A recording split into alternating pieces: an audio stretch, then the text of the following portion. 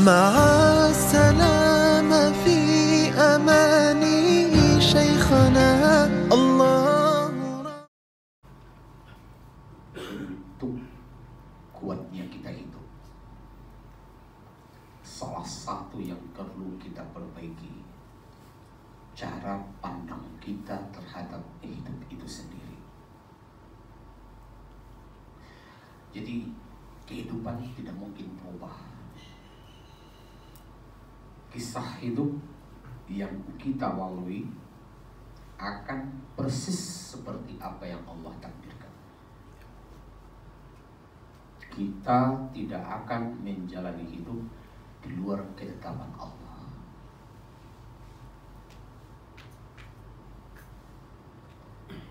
Orang-orang hebat bukan dikarenakan mereka kuat dalam artian punya tenaga lebih dari kita,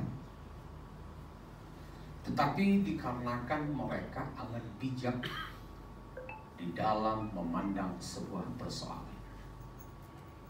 Karena memang satu persoalan bisa dilihat dari sudut yang berbeda. Contoh, HP. Kalau orang melihat dari belakang atau dari depan, mereka bilang HP ini lebar. Tetapi kalau mereka melihat dari samping kiri dan samping kanan, mereka bilang HP ini tipis. Maka kedua-duanya benar, tergantung dari sudut mana ia melihat HP tersebut. Begitu juga perjalanan hidup. Musibah. Sebenarnya musibah ini kalau kita lihat, itu ada yang bilang ujian, ada yang bilang peringatan, ada yang bilang itu azab. Ketiga-tiganya benar. Kapan musibah itu dia berbentuk azab atau siksa? Saat yang mendapatkan musibah tersebut seseorang yang ingkar kepada Allah. Siapapun dia, kalau posisi dia dalam keadaan ingkar kepada Allah, maka musibah yang menimpanya adalah siksa. Sebab tidak akan mendatangkan pahala baginya, tidak akan menghapuskan dosa untuknya. Musibah yang menimpa tadi, jadi hanya sebatas membuat dia semakin tersiksa dengan musibah tadi. Itu kalau yang mendapatkannya orang-orang yang ingkar akan Allah. Yang kedua, musibah ini dipandang sebagai peringatan. Kapan musibah itu dilihat sebagai peringatan?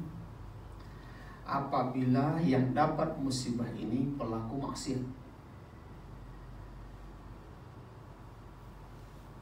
Misalnya suka membungakan uang atau menjadi rentenir.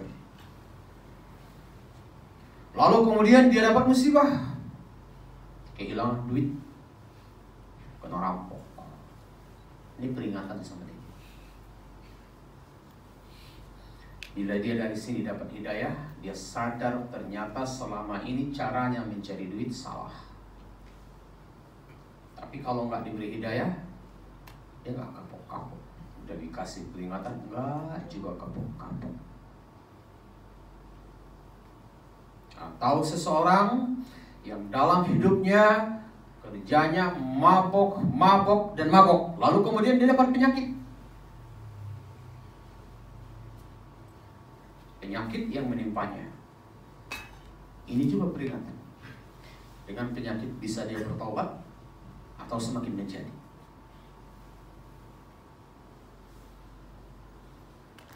Atau seseorang yang kerjanya selama ini mengabaikan istrinya, mengabaikan keluarganya, lalu kemudian dia diabaikan. Berbalik. Itu juga disebut peringatan. Apakah dengannya dia akan berubah atau tetap dengan keegoan tersebut? Yang ketiga, tadi itu disebut ujian. Kapan ia dipandang sebagai ujian? Manakala yang mendapatkan musibah ini orang yang beriman dalam keadaan taat. Dia beriman, dia taat, dapat musibah dia. Ini namanya ujian. Misalnya musibah yang menimpa para nabi, para rasul, para ulama-ulama kita. Allah menguji. Apa yang diuji?